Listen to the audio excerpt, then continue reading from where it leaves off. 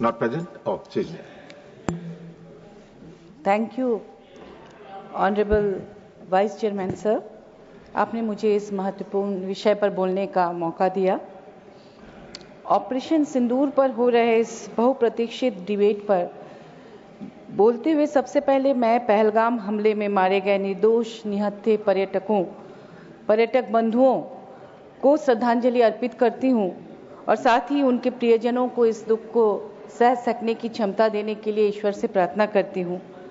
हमारे देश के सशस्त्र बलों के बहादुर सैनिकों को उनकी वीरता और बहादुरी के लिए सलाम भी करती हूं, मगर साथ ही केंद्र सरकार से यह सवाल करती हूं कि आखिर किसके दबाव में आकर ऐसे समय में युद्ध विराम किया गया जब पूरा देश इस पार या उस पार की प्रतीक्षा में, उम्मीद में केंद्र की ओर और देश के प्रधानमंत्री की ओर देख रहा था हसरत भरी निगाहों से।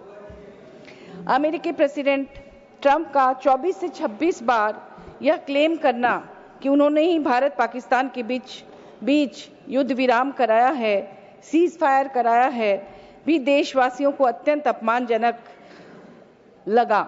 प्रधानमंत्री जी की तरफ से इस पर विरोध नहीं किया गया या कोई खंडन क्यों नहीं किया गया? देशवासियों के जेहन में बस एक ही सवाल है कि केंद्र सरकार ने पीओके पर कब्जा करने से पहले युद्ध विराम क्यों कर दिया गया? ऐसा उनको लगा देशवासियों को, कितने साल से हम जिसकी प्रतीक्षा कर रहे थे वो अवसर आया, लेकिन उसे हमने जाया कर दिया। अमेरिकी राष्ट्रपति द्वारा ट्रेड को लेकर, भारत के साथ व्यापार को लेकर भी जो बातें कही गई थी, उसने भी देशवासियों के मन में कई तरह की आशंकाएं पैदा की हैं। इस पर भी केंद्र सरकार की ओर से स्पष्टीकरण देने में विलंब क्यों हुआ? प्रधानमंत्री जी ने इस पर एक ट्वीट तक क्यों नहीं किया? वर्तमान भाजपा सरकार लगातार विपक्ष या इंडिया गठबंधन पर पाकिस्तान के प्रति नर्म रुख रखने का आरोप लगाती है, मगर वह उन दिनों को याद नहीं करती जब 1971 में वर्तमान विपक्षी पार्टी ने उस समय पाकिस्तान के खिलाफ व्यापक सैन्य कार्रवाई की थी।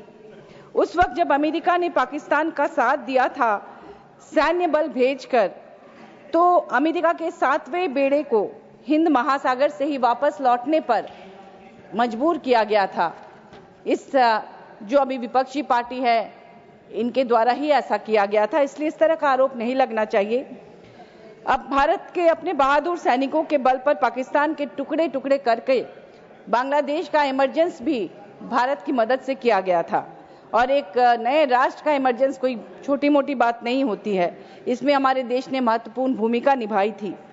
उसी देश की वर्तमान सरकार का अमेरिका की गीदड़ भपकियों से डर जाना, सैन्य कार्रवाई रोक देना बड़ा ही अपमानजनक लगता है। मान्यवर, पहलगाम में जो दर्दनाक घटना घटी, देश की 26 बहनों के पतियों की हत्या हुई, उनके सिंदूर उजड़ गए, तब वहां सैनिक पुलिस जवान क्यों नहीं थे उनकी सुरक्षा के लिए?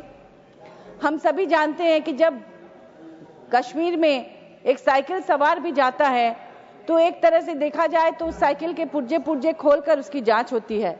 बस में सवार होकर जब टूरिस्ट वहां जाते हैं तो उनके सामान उतार कर सैलानियों का बॉडी भी कई बार चेक किया जाता है कि कहीं कुछ अस्त्र उसमें छुपा हुआ है या नहीं। लेकिन जब पुलवामा की घटना हुई थी तब एक पूरी की पूरी गाड़ी पूरे बारूद से भरकर हमारे सैनिक भाइयों के काफिले के अंदर घुस गया, लेकिन वहां किसी को पता तक नहीं चला। आखिर ये क्यों हुआ, इसका भी हमें जवाब चाहिए।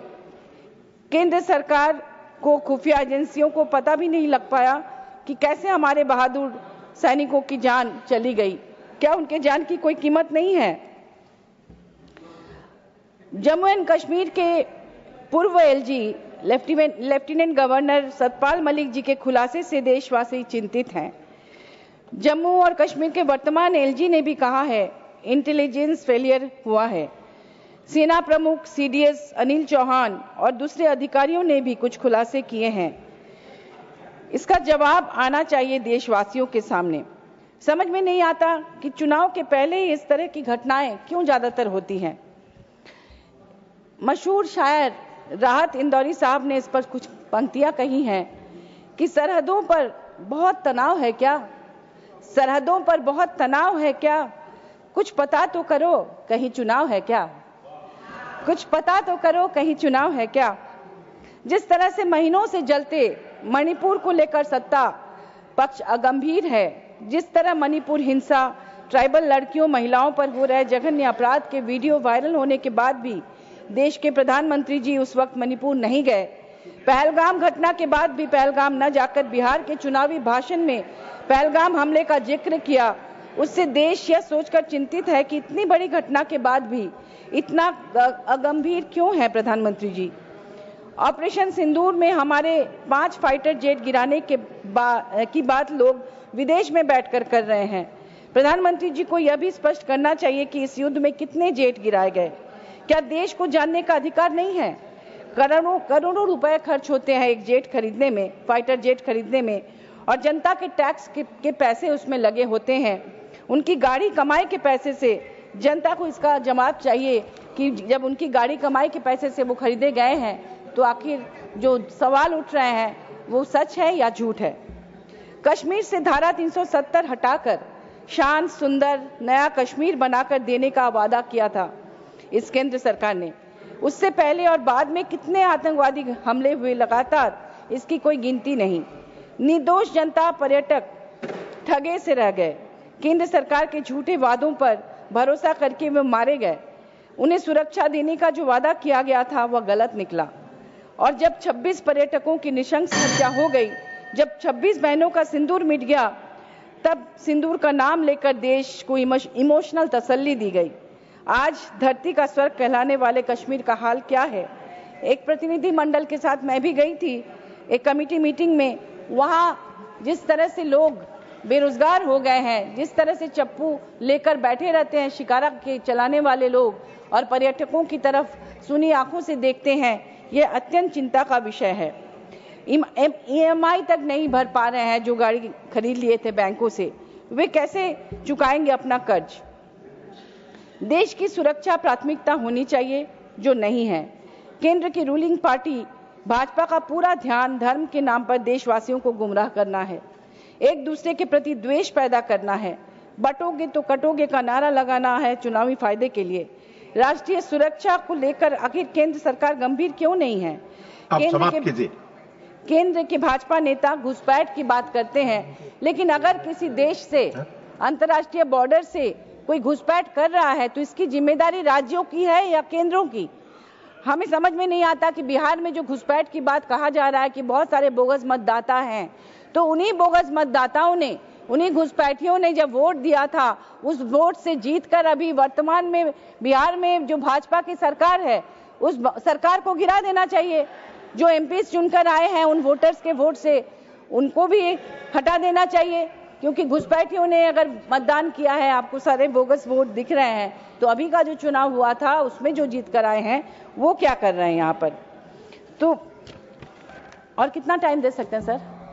आप जितने जल्दी हो सके समाप्त कीजिए। ठीक है। पहलगाम हमले के तुरंत बाद पाकिस्तान का पानी रोकने की बात की गई, काफी हो हल्ला हुआ, फिर वह फुस हो गया। क्या नदी का पानी रोकना संभव है? आप सभी जानते हैं कि उसके लिए कितने डैम बनाने पड़ेंगे, 40 साल से ज्यादा समय लगेगा कुछ डैम बनाने में। इस तरह से जनता को इमोशनली कुछ भी कह के लॉलीपॉप थमा दिया जाता है। देशवासियों की संवेदना पर मरहम लगाने का यही तरीका है इस केंद्र सरकार का। मैं तो यही कहूंगी कि देशवासियों के सेंटीमेंट से खेलना बंद करे केंद्र सरकार, देश की सुरक्षा पर ध्यान दे, पड़ोसी देशों पर कड़ी नजर रखे और देशवासियों ने अपने आत्मसम्मान की कीमत पर राजनीति करने के लिए किसी पार्टी को मैंडेट नहीं दिया है, इसका ध्यान रखा जाए। धन्यवाद। धन्यवाद महुआ जी। श्री जी के वासन, मिस्टर जी के